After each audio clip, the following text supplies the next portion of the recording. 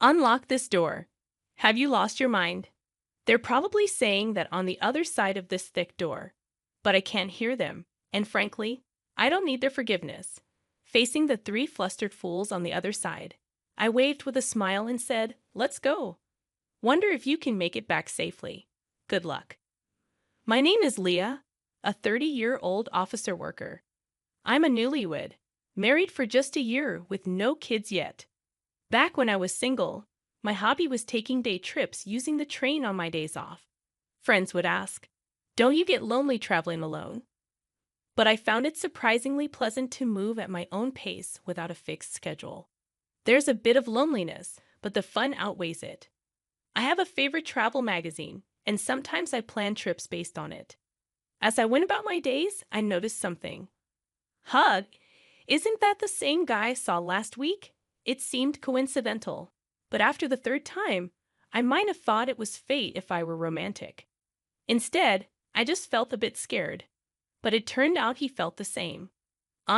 Sorry if I'm mistaken, but didn't we meet last week and the week before at completely different places? He approached me with a slightly scared look. Wait, do you think I'm following you? To clear up the misunderstanding, I opened my travel magazine and confidently said, "I'm just traveling based on this magazine." Surprised, he responded, "Me too," and opened the same magazine, smiling happily. That's how I met my husband, Henry. He turned out to be a really interesting guy. Being cautious by nature, I always end up carrying a lot of stuff, but he said, "I always travel light so I can move easily. Nowadays, with cashless payments, you hardly need cash. A mobile phone is enough." He laughed joyfully. Talking with someone with such different values was very stimulating. We hit it off, discussing our favorite travel destinations and exchanged contacts. Though we both liked solo trips, we started going out together more often. Surprisingly, I enjoyed sharing memories with someone else, and I found that local food tastes even better when shared. One day, after about 6 months, Henry asked me to go out. I didn't feel bad at all. In fact, I felt the same way and remember being very happy. We decided to get married 6 months into our relationship. I thought our happy newlywed life was just beginning, but my expectations quickly shattered due to Henry's parents, Jack and Aaliyah. Their house is about a 30-minute drive from ours. They are still in their 50s, with Aaliyah working part-time, and both of them are employed. Initially, they used to visit our house, but lately, we've managed to maintain a reasonable distance. However, an incident occurred that disrupted this balance. "Hey, Henry, let's go here on our next day off." I agree, sounds good. Our post-marriage tradition of many trips to tourist spots continued as usual. Minimalist Henry recently reduced his belongings to just a mobile phone, even entrusting his wallet to me. It feels so light. I don't look like someone who's about to go out at all, do I? He said with a contented smile. I thought to myself, at least carry your own wallet. But it wasn't really a bother. It was an ordinary conversation, but that day was different. Oh, by the way, Dad and Mom's wedding anniversary is coming up soon. How about we invite my parents on our next trip? Henry's sudden suggestion made me tense up. Of course, there was a reason for that, but I couldn't just say no. So I responded, "Yeah, that sounds good." We haven't seen Aaliyah and Jack recently anyway. Unaware of my slightly strained face, Henry didn't notice a thing. The next day, they were really looking forward to it. When I called, he told me, "I guess I have to give it my best shot." So I steeled myself. Honestly, I'm not comfortable around my parents-in-law. They're not bad people, we're just not a good fit. I'm more on the reserved side, not fond of noisy places, and this applies to people too. Talking to high-energy people can be mentally exhausting for me. Speaking of my parents-in-law, they are incredibly cheerful. When I first met them, their exuberance overwhelmed me. "Nice to meet you. I'm Henry's mom, and I'm the dad," they announced loudly, like comedians, making me stiffen up involuntarily. That time, the four of us, including Henry and his parents, went out to eat, and they chose the restaurant. I wondered if it's their favorite place, but when we got there, It was an all-you-can-eat buffet. Meeting their son's girlfriend for the first time at such a casual place made me laugh. We're so nervous today. We haven't eaten anything since morning, Alia, who didn't seem nervous at all, said cheerfully to me. That's right, that's right. Plus, we have to get our money's worth. The true reason for skipping breakfast was quickly revealed by Jack. Their loud voices attracted quiet laughter from nearby tables. Embarrassed by then and wanting to go home, looking sideways, thinking Henry must feel the same, I was surprised to find he wasn't there. He had gone to get food. Not to be outdone, the parents-in-law also got up, piling their plates with food. Are they planning to hibernate after eating so much? Can I really become part of this family? I managed only a forced smile at their overwhelming presence. I barely ate that day, nervous as I was, feeling uncertain about the future with Henry. I was touched when they said at parting, "What a wonderful girlfriend Henry has. He may be awkward, but please take care of Henry from now on, Leia." I was simply happy to hear that. I loved him too, and I thought the parents-in-law weren't bad at heart. So, when he proposed a few months later, I faced no hesitation, but it turns out I'm not adept at judging people. At our wedding, the bridegroom's parents, my parents-in-law, completely disregarded the ceremony and focused solely on eating, leaving my own parents utterly disillusioned. Henry has a brother, Jonathan, who seemed to be the only sensible one. I'm sorry my parents showed such an embarrassing side. It's really shameful. Jonathan came to greet us politely. As I heard from my parents, Jonathan, who lives alone, seems to have a strained relationship with his parents. It appears the feeling is mutual, as they once complained. That boy is always so noisy with his complaints. Just the other day, he bragged about buying several eggs when it was limited to one per person, and I scolded him for it. Seemingly annoyed, he replied, "Don't you feel guilty about benefiting yourself at the expense of others?" Hearing this story, I thought to myself, isn't that a fair point? What's wrong with that, Aliyah? I honestly felt that way when the parents-in-law came to visit our new home. They arrived empty-handed, which wasn't a problem. But then they started rummaging through our shelves, exclaiming, "Isn't this the snack they're advertising on TV? I've been wanting to try it. Oh, and this one too." They foraged through my hidden snacks like they were on a treasure hunt. Even though I bought those snacks, Henry, without any malice, said, "If you want them, take them home. That's fine, right, Leah?" I wanted to smack him right then and there. All I could do was respond with a forced smile.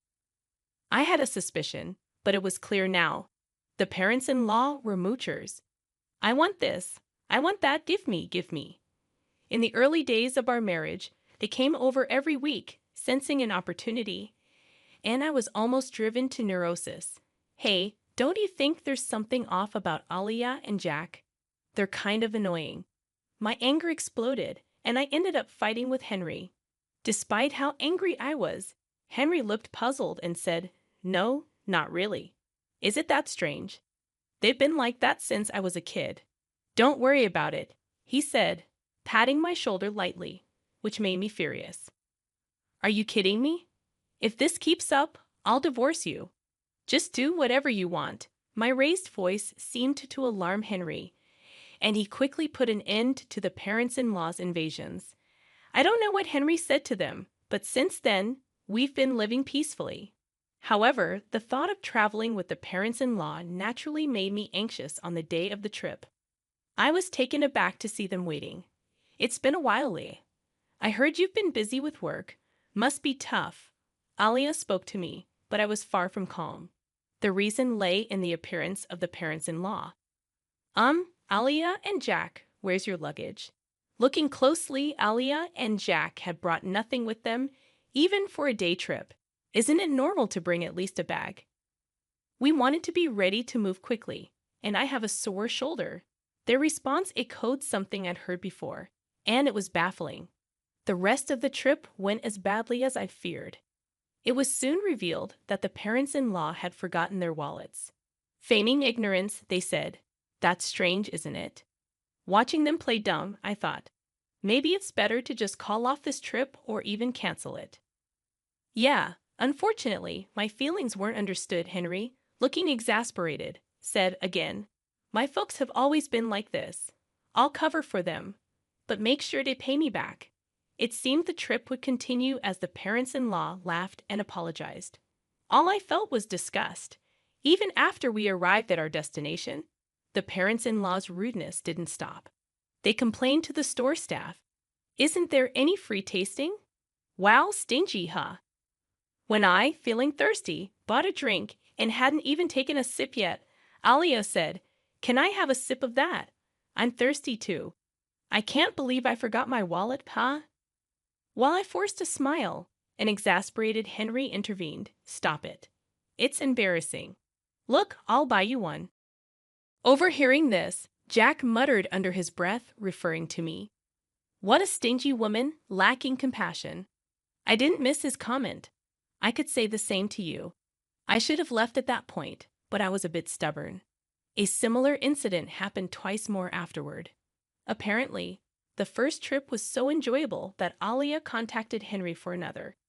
When I saw them on the station platform, I couldn't help but feel chills. The second time they brought their wallets, but when the moment came, oh no, this is the wallet I used before. I rushed out in such a hurry. Their obvious lie was something only Henry would believe. And on the third trip, they forgot their wallets again. By then, it was clear it was a deliberate act. Alia, excuse me, but did you deliberately forget your wallet? You never intended to pay, did you? I hit the nail on the head, and her face turned red. Hey, what a rude woman you are. Apologize to Alia. Jack glared at me, demanding an apology. No way. I've thought this for a long time. Both of you are just too greedy. Caught in the argument with the parents-in-law, Henry seemed at a loss. Tourists around us watched curiously, noticing their gaze. Henry seemed to feel ashamed and finally said, "Stop it, please," breaking down crying. I felt truly disillusioned, but the parents-in-law reacted differently. Rushing to a crying Henry, Alia said, "I'm sorry, Henry. It was my fault." "You're so kind to cry for me," with Jack quietly standing beside her. I didn't know how to react to this farce. Only one thought came to mind. Yeah, this is impossible. Let's get a divorce. That was all I could think, seeing Henry's tears. The parents-in-law seemed to lose their fighting spirit. "Leah, we know we're often in the wrong. It's Henry's money. But still, we've taken advantage of him. It's Henry's money after all." I don't know why they said it twice, but their words, dripping with sarcasm, showed no real remorse. And so, it was confirmed that they had deliberately forgotten their wallets. Alia referred to it as Henry's money, but we both work, and his salary is only slightly higher than mine. Our actual incomes are not much different. Recently, every trip with the parents-in-law ended with, "I want to buy this too. Maybe some gifts for the neighbors as well. What's that? Looks tasty. Hey, Henry, buy that for me." Because of their endless demands, Henry's credit card bills were shockingly high. We've been living mostly on my salary for the past few months. At the time of marriage, I considered it family money and believed in spending within the limits of our allowance for personal desires. Don't be a burden to your partner. The thing that infuriated me the most was when cashless reliant Henry exclaimed at our travel destination, "What, only cash here?" He called me over, pulled his wallet out of my bag. It only had a few dollars in coins. "No," I messed up. "You know I don't carry cash, right?" he said without malice. It still makes me furious thinking about it. For the record, I'd always paid for my own things, yet the parents-in-law probably thought I was living off Henry's money and just complaining. We split living expenses, so such accusations were nothing but unpleasant. Thinking all this, I coldly watched Henry crying and Jack consoling him. After a moment of thought, I said, "I was wrong too. Sorry for being presumptuous. You guys go ahead on the train. I'll buy some drinks and follow." I smiled calmly, and Henry and the parents-in-law happily boarded the train. Their smiles turned to panic a few minutes later when I didn't return.